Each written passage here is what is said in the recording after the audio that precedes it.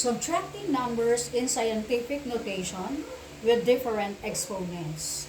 Given 8.43 times 10 raised to the 6th power minus 5.65 times 10 raised to the 5th power. Solution, step number 1. We have to make this exponent 6. And how to do that? We need to move the decimal point to the left. Okay, one movement, so plus 1 in the exponent. So therefore, 5 plus 1, we have a 6. So that in step 2, we have to subtract the first factors of both numbers in scientific notation. Therefore, the difference is 7.865.